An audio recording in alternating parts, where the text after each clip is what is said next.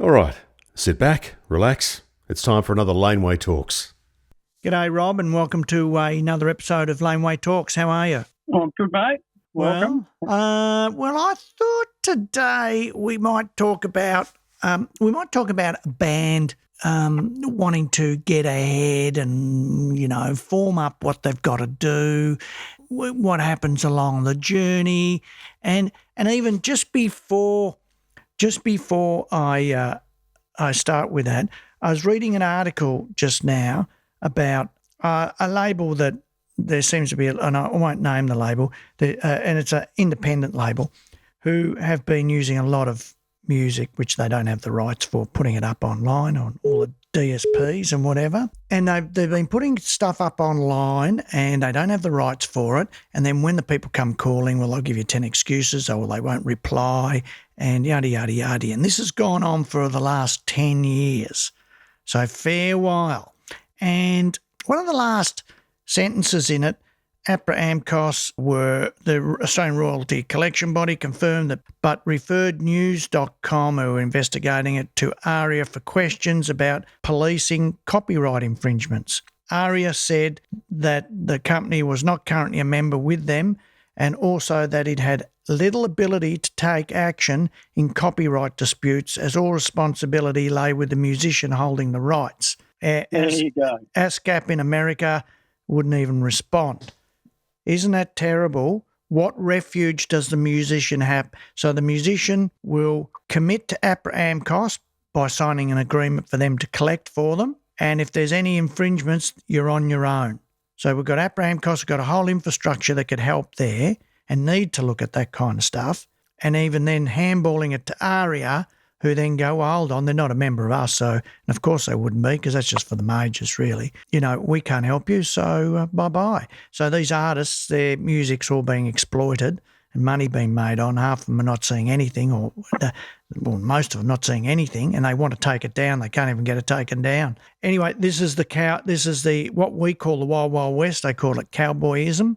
We call it the Wild Wild West. You got to be on top of this all the time. It's a problem, and there's not a lot of honest companies around like Laneway Music, who we do pat ourselves on the back on. We try to err on honesty at every corner for the artist, because the artist doesn't make much money, if anything. Rob, as you know, being in Virgin Soldiers, you could have 10,000 streams and it's worth nothing, and we're trying to address that with Laneway Red. Anyway, I had my little kind of rant there, but I just want to talk about, had a band recently that got a new song coming out, have gone, well, we really want to make it a hit. And I go, yeah, well, the song's good. Now let's pull this back to who Laneway are. Laneway are a distribution company in between being a distribution company and being a record label. We couldn't afford to be a record label because we don't have millions of dollars in our pocket to fund that. We're not a pure distribution company because they just leave you to your own devices, Rob. Yeah. So what we do is, with our percentage, and we use a lot of our percentage, a lot of it, we use on marketing specific acts, as opposed to marketing the site, our site, which we're not that interested in doing, Rob. We're more interested in picking individual artists who are more prolific and releasing constantly now. We will go out with paid marketing. So that's our kind of difference from a distribution to a record company. So it works for us and it works for certain artists. Anyway, so the artist said, we really want to make it a hit. I go, yeah, well, there's got to be a buy-in here from all concerned. You see, we've got to be very careful to make sure you don't perceive us as a record company who can just break you, because that takes huge money, and the ability to get an act to some sort of viral or mass listening community by the band contributing quite significantly themselves. Just producing the record or writing a great song doesn't do it for you. That is not going to get you there. And so my answer to it is, the band has to buy in big time. And I said, we can tell with a band where I say, now you got to make sure you get all your friends to listen to it, and they have to tell all their friends to listen to it. And they need to go on to, let's use Spotify. They need to go on to Spotify and they need to listen. They need to tell their friends to listen, and they need to tell their friends to listen. I said, because getting 10,000 streams to start it off with isn't enough if there's only 20 listeners. So if you've got 10,000 streams, I need to see like 1,000 listeners. So then they've streamed it 10 times each, which is reasonable. It's, plausible. 20 listeners isn't plausible.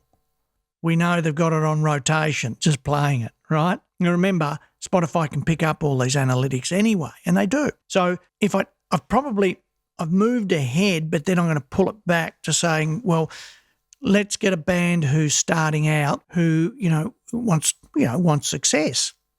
And I'd say that, I suppose you might go, yeah, but they all want success. No, do they all really want success? Only the ones that start out and have a real plan and have the killer instinct in them to go all the way to get there. Now, a couple of paths you can take is you can take the path that I want to be signed by Sony Music and I want to become part of that roster and I'll sell my soul to get there. And you do sell your soul because those agreements are locked tight now. They've even put into them you can't re-record your songs, to do what Taylor Swift did. Is that right? Oh, yeah. They're the new agreements coming out. So, once upon a time, you had all different new formats. You were signing for vinyl and CD and any future format that was coming out. There were certain things they couldn't capture you on because, they hadn't been thought of. Now, since Taylor Swift has done that, the new agreements are stating you cannot record the songs you record with us and then think that you can go and claim the royalties yourself on those because you own them. So you are selling your soul. Now, there's nothing wrong with selling your soul to a major. If that's what you're looking for and that kind of exposure, you will make money if you become a big number one act. You'll make money and, fame and fortune is all there. But 98% of those artists will never see fame and fortune, but that's no different anywhere else.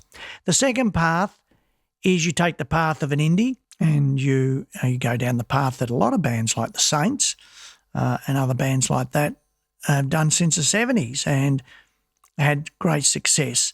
And you produce yourself, you put it out yourself. Now you can either go through a distribution company and just have your music distributed. You do all the heavy lifting. So all the distribution company's going to do, take 25% or whatever they take. Put your music out across all the DSPs for you, make it available. Now, you could do that through these distro kids and all that, but, you got to go and do it, maintain it and all that kind of stuff. It can be easier just to do it through a distribution company, or you do it yourself through DistroKid and the other likes of those kind of organisations. And you are doing everything. They're just making it simple for you to get it up there. You can be creative and do what you do. Then there's companies like ourselves at Laneway Music who will put in some marketing. So if we think it's good enough, we will, we can get you 100,000 streams on YouTube. We can get you 10,000 streams on Spotify. But they are only worth what they're worth unless you, the band, are willing to do the hard yards on the back end. Because if we were a major, we'd then pump in another 200,000. You'd get the band, you'd fly them around, do everything. Well, we can't afford to do that. So what we'll do is we can start it for you, but the band needs to make it viral. And so they need to get their act together. I've spoken about this in past episodes, but only in passing, in that, one band member needs to be responsible for, say Facebook. One band member needs to be responsible for TikTok. If you're not going to do TikTok, you're nutty now because there's money in that. Yeah. Just you mentioned last week on TikTok that Universal pulled out of that. Yeah. And I sent you that link. I don't know whether you read it. Why Universal pulled out? Yeah, they pulled out. Because how I understood that was because the artists weren't being paid. But that's all you know. That's what you understand because that's what you read. Did you get any detail on that? No, you got no detail because that's confidential. So how come Warner's have done a deal? How come EMI they did a deal? All the other organisations have done a deal. But how come Sony have done a deal? So how come Universal are the only ones that didn't do the deal? Is it? What I'm asking you. Well, none of us know. When I read those articles, Rob, I read them with scepticism because I need to see the detail. Otherwise, well, what does it mean? You know, what do they consider a fair value for the band's music up on there? They could be, and it could all be correct. You see that Warner's and Sony and that have undersold their artists, and it's just some ancillary income. But I tend to think that it's maybe Universal, because how come the others haven't followed? Because they could all pull out, couldn't they? And they could monopolise the situation, and therefore TikTok's music division will never take off. They could do that. It hasn't happened, so I suspect Universal are heavy-handing them. It could be that they're concerned they may become another competitor and player in there, but then I would have thought that Sony and Warner's and all that, who are all part of Spotify, well, they'd be involved too. So I don't think we've got any handle on what it represents and is it real and is TikTok. Now, what can do is what I said last time to you, is that we went through who was getting paid what. I picked out some artists. Yeah. And we definitely showed that TikTok were the lower end payers. Yeah. Was that because our artists are on the lower end? And so if you've got a TikTok influencer who's using your music or something like that, do you get 10 times more? And none of us know any of that.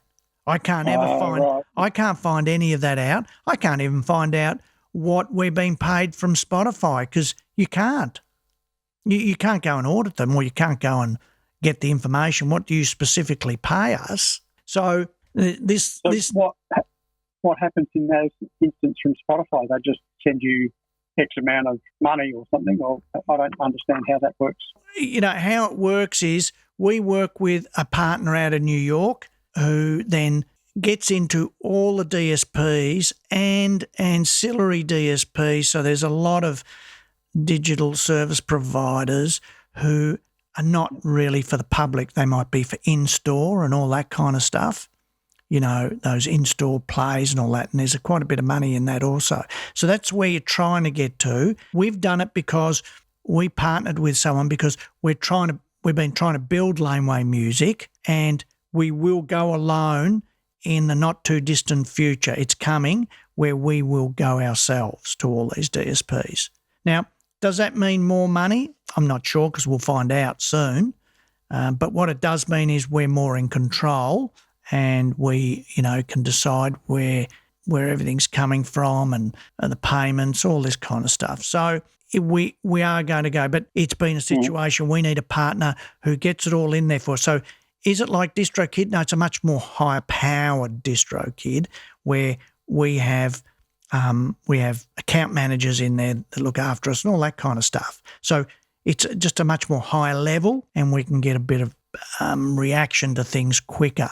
So we will bring that in-house soon. Then we have Laneway Red, who we've spoken about, which is a whole different platform, and we're having we're in discussions with performing rights organisations now, and just trying to lock all that off. We don't need those. We do it alone, but we might do it with them. We may not. Okay. So it's pretty straightforward how it comes in, but they then go on predetermined deals with the digital service providers, the Spotifys, the Apples, and so you lose a percentage every step of the way. I think I saw someone in politics saying this the other day. I think it was Barnaby Joyce, and he goes, you know, the difference between the cow, because I think he's a farmer, his cows, when they sell them to when the meat goes into Coles, there's virtually nothing left in it for them. They get paid very little,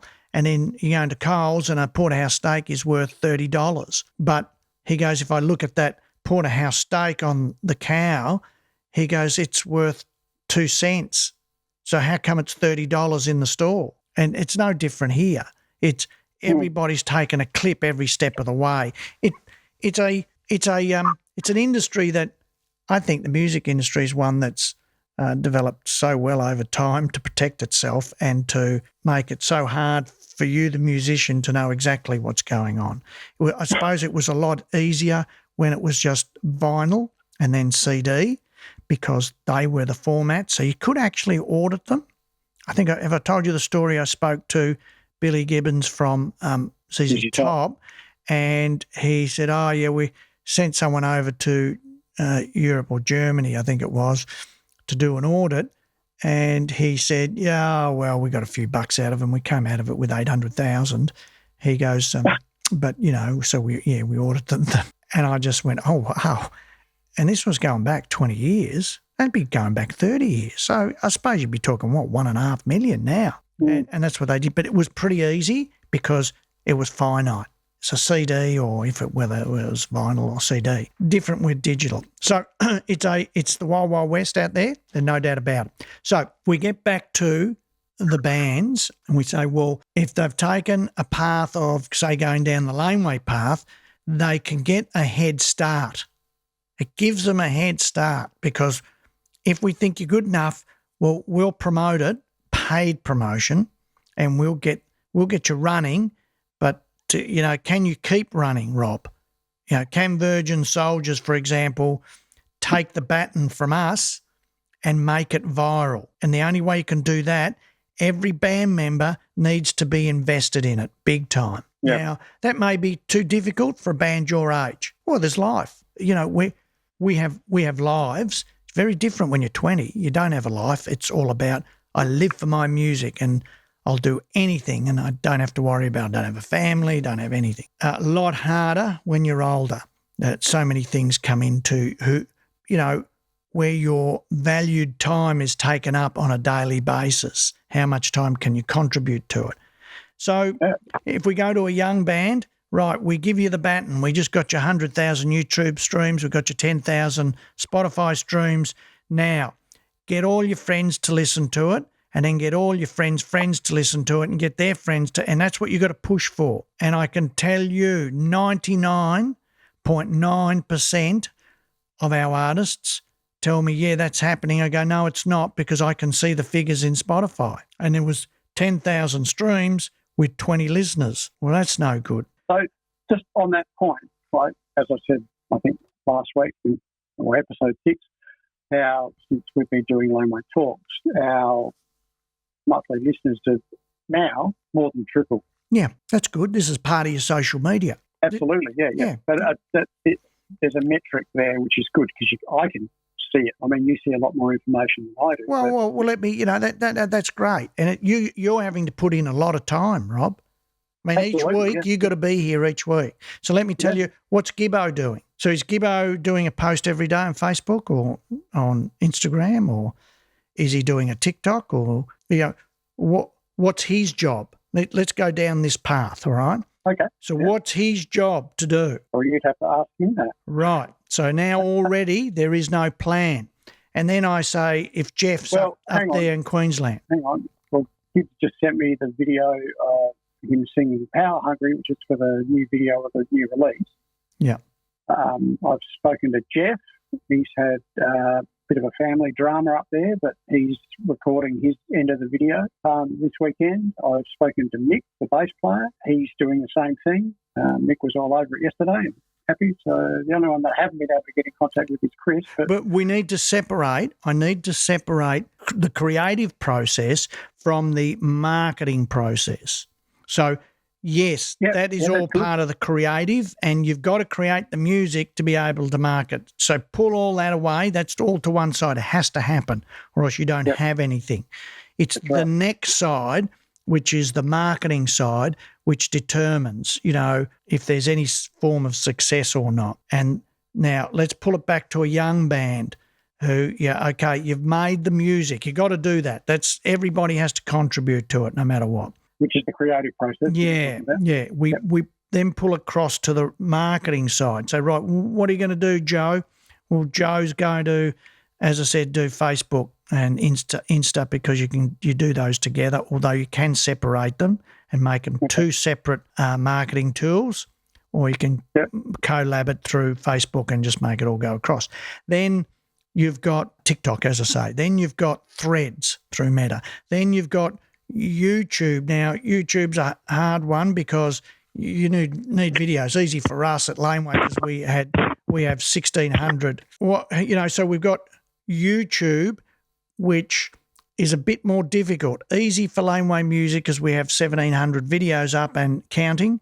And as an individual band, how many can you have? So what can you put on there? So that can be difficult, but if you do start your YouTube channel, then you start doing community posts on there, just like Facebook. And then you have your shorts, and I think that's about it there. You do your shorts, your community, and then your YouTube. And then I forgot Reels on Facebook. So you got Reels to make. So the difference is you make your video, then you have 30-second videos, but they've got to be in vertical, not in landscape, 16 by 9, which you make your video in. And so to do that, it's fairly difficult. Where some people go easy. Yeah, well, it's easy just to convert it. But if you're not in the centre of the screen, well, there's nobody you're looking at. To do it, it's got to be preconceived. You've got to think about it when you make your videos. And then when we in post do it, we can pull it around a bit and align it. But you've got to make them. So I usually do a lot of that, but some bands go, no, we'll do it all for you. And then it comes to release date and there's no 30-second videos. Now, I suppose I could be a bit of a bastard about it and go, well, how can I do it for you now? Because that takes time and it's released. And I have other artists who I have to give my time to. And so therefore you're not going to get any threads, Facebook threads, Reels, Instagram videos, even TikTok, because we make them for TikTok, or shorts in YouTube. So you're not going to get any of those. You just lost 5 different avenues. And then, well, can't you do them Laneway? Well, we told you we could, but that was before the fact. Once it's released, we need to move on to the next release. We can't put the next release on hold and make these for you because there's another half a day of making those, those videos and getting them ready. So you're getting a bit of the, how much is involved. And so we go to a young band and we say, well, we're going to make the video together because we have to, but who's going to post-produce it? And so that's the thing. Who's going to cut it into verticals for us and have all those ready? And then what kind of verticals are we going to have? And then who's going to make the 7-second vertical for Spotify? Because you can put a video at the back of your song there. You know that, don't you? Well, you've done that for us. Yeah. So that gets counted as an analytic. All right. Okay. So they count if people watch it. So it plays, but they're only 7 seconds. And so you got those to make. So, and that's before we've gotten to who's responsible to getting to all the zines and stuff like that. And that's something we don't do. We actually attempted to do it quite a few times. There is literally thousands around the world and getting to them is mind-boggling. So we then went to employ a publicist who would do that. We'd pick out our top 5 every month and we'd want to go out and promote to the zines and stuff. And that even got complicated and wasn't happening effectively. So we stopped it and we say to the bands, well, you now need to look at that because it's the different genres. There's so much work involved. And for the percentage that we take as Laneway Music, it's not profitable. We can't do it because there is just literally thousands of them and you've got to pick them and you've got to then stay in convo with them and make sure you're getting them stuff regularly so they remember you and they actually do publish some of your, posts and whatever, or your publicity posts to them, EPKs. So if you go through all of that, already I'm sweating. I'm sweating now. I'm kind of going, oh, God, the amount of work. We haven't even got to the live gigs yet, have we, No. Rob? We haven't got to the live gigs, and you very well know how much effort goes into getting a live gig happening. I've brought this up in previous shows. So some of our bands I do mentor going live and talk to them about how they should present themselves on stage, what they need to do. We don't want too much banter between songs. You need to be so professional that you can go song, song, song, song, a bit of banter, song, song, song. And that is really difficult, as, again, you will know. It's hard. You might be, I always say to artists, I don't ever want to hear one of the band members on stage going, are you ready yet, Joe? What about you, Paul? You ready? I don't ever want to hear that. That's Ready, Steve, no. Andy, Nick. It's unprofessional. It's Ballroom Blitz by The Sweet. You ready, Steve? Yeah. Nick, but they built it into the song. Yeah. So, it's unprofessional to do that in between the songs. And then I have to go on to, well, you're in the entertainment business. You're there to entertain those people. You're not there to self-indulge. Now, we always know there's the exception to the rule who do self-indulge and become mega stars. There's always an exception. But in general, you have to entertain your audience, and they want to see up there what they dream they could be. So you can't even dress like the normal person. You've got to dress with your own creative style. That is a 5-minute précis on starting a band and what you got to do. And that is mind-boggling if you want to plan it. The other side of it is you just bumble on. Create some songs, you rehearse, you try and get a gig here or there, you try and put something out, and if anything happens, it happens. Nothing wrong with that, is there? No, not at all. I was, and they're very good points, and they're great explanations for people to hear, because I think you bang on the money with all of those points. I was watching Neil Peart. There was a clip up of him talking about when they were touring with Kiss, and they were touring with Aerosmith, and comparing the two bands, that they never got a sound check when they opened for Aerosmith. But Kiss gave them everything, full production, the whole thing. And he said that the difference with the members of Kiss was everything that Gene and Paul did was calculated all the way back from high school. They had written out their plan. They had written out the costumes. Everything they did was a corporation. The other two members of the band, Ace, were along for the ride, weren't they? Well, he called them softer personalities. They didn't have capacity to deal with the business side of it and cope with the pressures on the road. And so you saw what happened. But I thought it was very, very clear and distinct the way that Neil Peart described that. I went, wow, that's because they'd learned so much from Kiss. Kiss were the biggest band that, of that era that they were working with. And they learned a lot from how professional you have to be, how professional, as you're saying, on stage you've got to be, how professional in your approach in the studio that you've got to be. And it's a lot of work. There's a lot of things to learn, and it's not sitting on your bum dreaming about it. I think that, a band that does put a real plan together has probably probably, because any band, it's a 50-50 whether you'll ever do anything, but it's probably a 90-10 if you plan and you really plan down to the finite points. It's probably 90% chance you could make it to some point. There's so many variables, but, you always have to have a plan. Yeah. So anyway, that was a good plan. We will talk more about it in the future and get down to some real detail. But I suppose I started it by saying, we want a real hit. And I go, well, we can have a hit, but you're going to have to invest in it too. You can't say you're investing as I created the song. That's not enough. Not enough at all. Yeah. Oh, yeah, not at all. And the big one they miss out on these days is getting to all the zines around the world and sites that can review your music. I put one up on Laneway the other day for Cattle Truck. And Paul from Cattle Truck had sent me some site over there.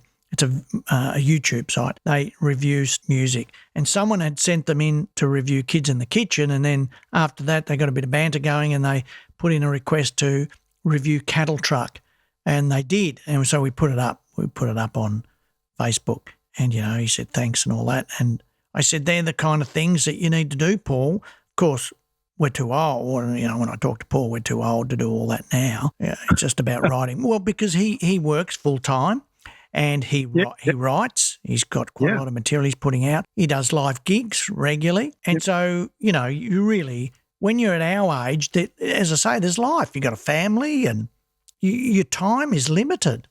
And so you can't do it as much. So how are you going to get to all of that? But it was great to see.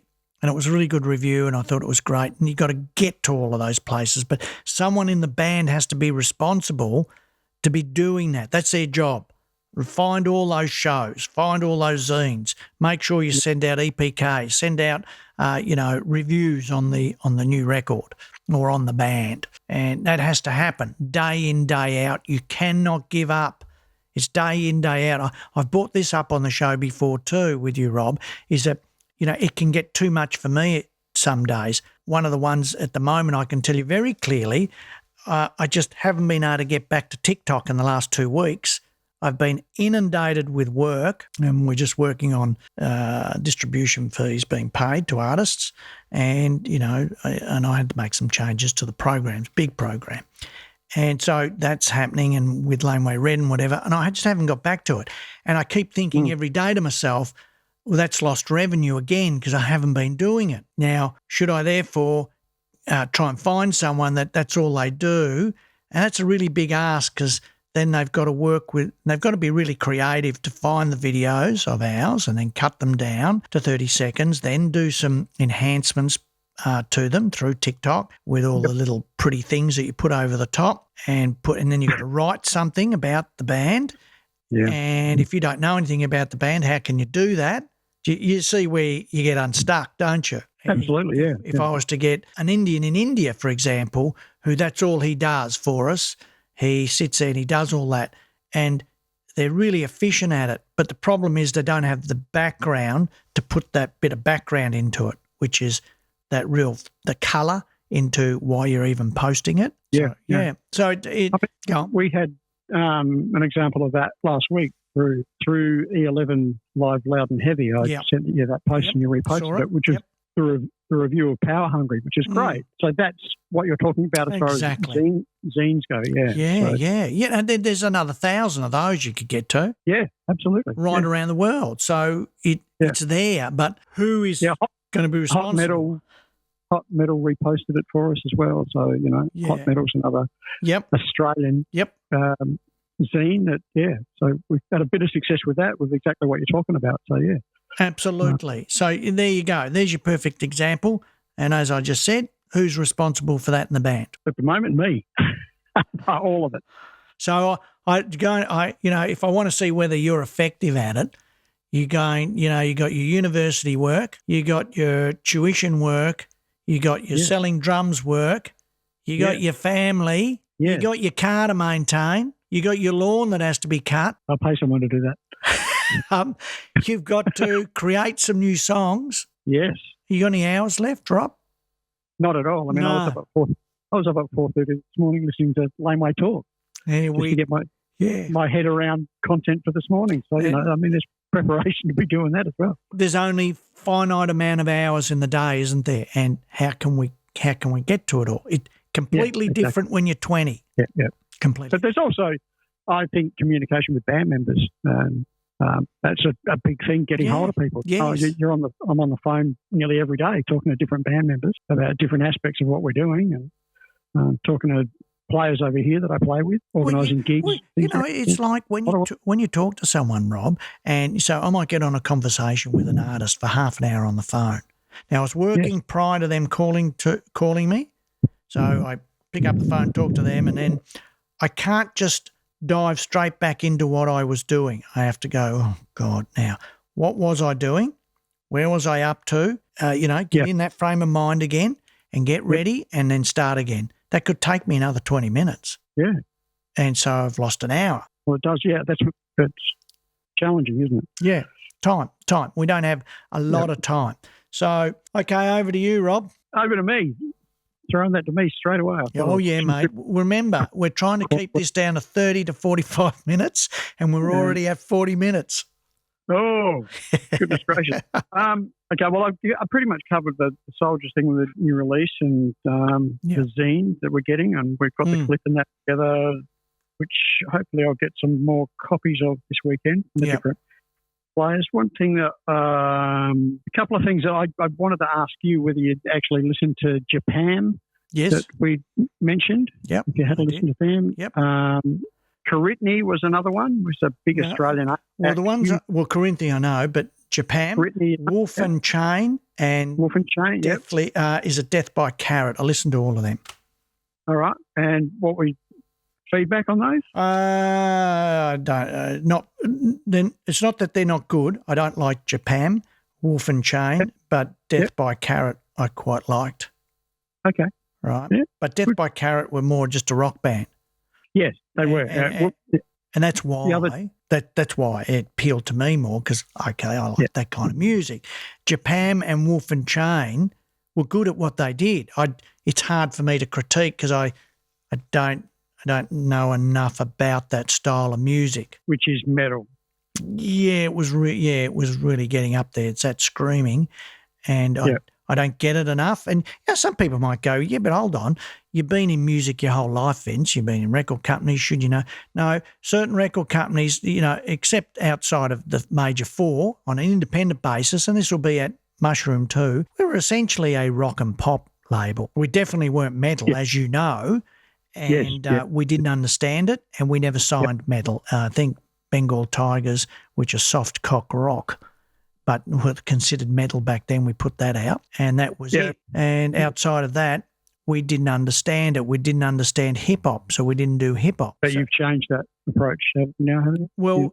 Well, at Laneway, we've got Jimmy Loops, who does quite well actually, hip hop. But that's basically the only hip hop we've got. Metal, yeah, we do metal. Do we do the hardcore? Actually, we do. We've got a couple of hardcore bands out of Adelaide, which came to us through Kelly Hewson. Okay. They are straight on, that death metal, really right up there in your face.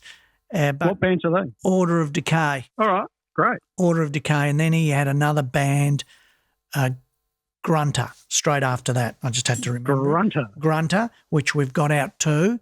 And he wanted to bring us a lot of metal bands out of Adelaide, and he hasn't been able to get in contact with them because he did have a label, Kelly, and then he bought us Glenn and the... Sorry, who was that? Who was that? What's the Kelly Hewson. He's out of Adelaide, but he's now here in Melbourne. And he was in Order of Decay. He's a guitar player. I just went to see him play recently, and he's an awesome guitar player. Oh, great. And he also brought us Glenn and the Peanut Butter Men, who are your pure punk, British punk 70s with the hairstyles and everything. And he brought us them. Now he's started a new band called Bronson. Anyway, put that aside. So we do go across them, but because we don't have to, because we can't break an act essentially because we don't go all the way, we can do it. But when you are putting in millions, then it's I think a bit different. Now, if you're a major, you have different divisions to cover those different genres, but you can't as an independent label. Too hard. So, that's where we come from. So, yes, over to you, Rob. Sorry. All right. The other thing, I'm reading a fair bit as well, which is what I do. Goes with uni vibe, I suppose. But My Effing Life is Geddy Lee's book that he's just released before Christmas. About 3/4 way through that, which is from Rush. Once again, I'll go back to Rush because I think they're a great measuring stick for a band that was essentially independent and did it all their way. And they're talking about different producers and how they've had to change. They had to change from the Moving Pictures album, which was their biggest album they sold, and then they went to Signals, where they went a bit more keyboardy. Then Grace Under Pressure, they changed producers. So I think producers is another good aspect that we should maybe talk about at some stage a bit down the track, because I have been talking to Ash from E11, and he's talking about producers for the Soldiers new track. So I don't know what your thoughts are on producers and how to find them and how to work with them. Producers are very important, and a lot of acts that we've got who are really good songwriters and musicians, but what they lack is a producer, not production, but a producer. So a producer, so the song might start out really well, then the song kind of goes nowhere. There is a story in a song, not as we know it in a book or whatever, but there is a story in a song and what it needs to deliver to keep the audience's attention span going throughout the whole 3.5 minutes. So a producer is the one for me that changes that. So if the song is kind of getting lost and it's just wadding on, a producer is supposed to bring it back into the accessible field. Yep. We won't use commercial, and so therefore being able to be attractive to the mass audience. So a producer is absolutely vital in a lot of situations, not in all situations. A lot a lot of musicians are really good at producing their own material. They don't need a producer. They do what they do, and that's that. And they know they do it well, and they deliver. But there's others that just can't, and you need it. Do I think the Virgin Soldiers need a producer? Yeah, hell yeah. Okay. Because I think the ideas are there, Rob. Sorry, I'll finish and then you can take over. No, that's fine. I think the ideas are there, but the songs can get a little bit lost. Because we overindulge.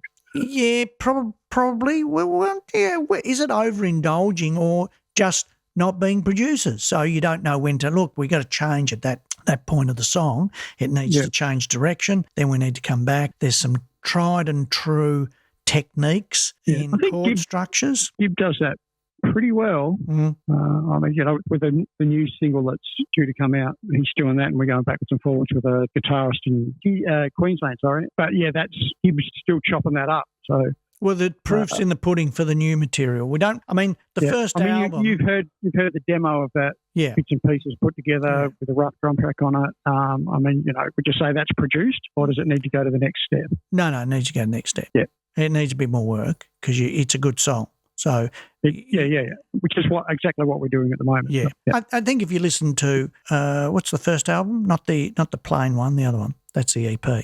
Watching the World. Yeah, Watching the World. I thought that was pretty well produced. Did you produce it yourself? No, we had Adam Quaife and Peter. I know Adam. Yeah, and Peter as well, and Peter Blyton. Yeah. Oh yeah, big time. So we spent some money. Yeah, you could tell there. So I thought that was pretty well produced, and the song. So it keeps the songs. I don't know. A producer can keep them tight enough that the interest is never let go of the interest of the listener. So it's going to be interesting moving forward, because that was back then when you're a lot younger. You may be that much more mature now in the creative process that you may not need a producer. But let's see what happens. Right. Yeah, good to have someone to bounce things off. But So having a producer, really important. Yeah, really important. Anyway, what else you got for us? I'm going to leave it there because I'm looking at the time, and I reckon we've covered some great points. And okay, we're doing it. I think I talked too much here in the beginning, but that all started off by that article I read. And, no, it's good. I just find it unbelievable with the bureaucratic organisations who say they're there for the artist, but are they really? I don't know. Anyway, but, I can't say too How much. do you navigate that? Oh, it's a minefield. I feel for artists who don't have someone like Laneway Music to fight on their behalf. You see, that's what you don't get. If you're doing it yourself through DistroKid, you're on your own. When you're with us, we will take down notices, and we will follow up. If we have to get a lawyer, we'll get a lawyer. I had that issue with Watching the World was put up by some company from, I don't know, Uruguay or some, a while before we were actually signed to Laneway, and it took me ages to get even a response out of APRA and AMCOS. And at the end of the day, as you said earlier on in this program, that they did very little, and it's hard to get your right looked after overseas. I contacted AMCOS in America. They said the same thing. There's very little we can do. We will probably ask you, Virgin Soldiers, to sign a document if you want to come across to Laneway Red to say that you are going to take a sub-license. You're going to tell APRA AMCOS that you are whitelisting Laneway Red, and Laneway Red will pay you back directly 100%, and APRA AMCOS won't take any percentage. All right, so it doesn't go through them and they can't come and collect. Now, that's probably where it's heading, and if you want to sign it, you do, and you come on. If you don't want to sign it, you don't come on. A lot of the artists I've spoken to about it have said to me, we don't even care if we opt out totally out of APRA AMCOS because we don't see any real money from there. I've been saying that since 1986 when I joined them. Yeah. So, a lot of them have said to me, that's okay, I'll just opt out totally. But to opt out is a 90-day opt-out. To sub-license is a 1 to 2 weeks. So, and if there's any money involved, might be $50 we have to pay for it, to APRA AMCOS to make sure it happens, all that kind of stuff. But, we're just trying to build a platform which make a lot of money out of first, but if it grows, and we think it will grow because we're sold on the whole thing, is that you will earn a lot more money medium term than you will anywhere else. And it's because it'll be transparent, but it will have so many more avenues. The one I've been talking to a lot of people about is what we call the Artist Connect. And Artist Connect will allow you to, go directly to your fans, which you cannot do on Spotify or Apple. You can't you can't market directly to your fans on there. You can't go to people that listen to your song. You can't market to people that have used you in a playlist. You can't, people that have made a comment on a song, you can't go directly to them. There's none of that. Why is there none of that, Rob? That's a very good question. I got an answer for you, but I'm not going to tell you what the answer is. I want you to tell me next week why. And why you can't get all that stuff. But let's ponder on that question and finish up on that note. All right, no worries. All right, Rob, it's been great talking to you as always. See, it's nearly an hour gone. If you can forget the half hour, it's never going to happen. That's right. It's too many words. Well, I didn't let you talk much. Otherwise, we'd be at, an hour and 15. But anyway. Exactly. It's good talking to you. Have a good day. Do some drumming. I've got to work on another song today too. All right. Yeah. All right. Cheers. Talk to you soon. Bye. Thanks, Vince. Bye-bye. Bye. And there it is, another Laneway Talks.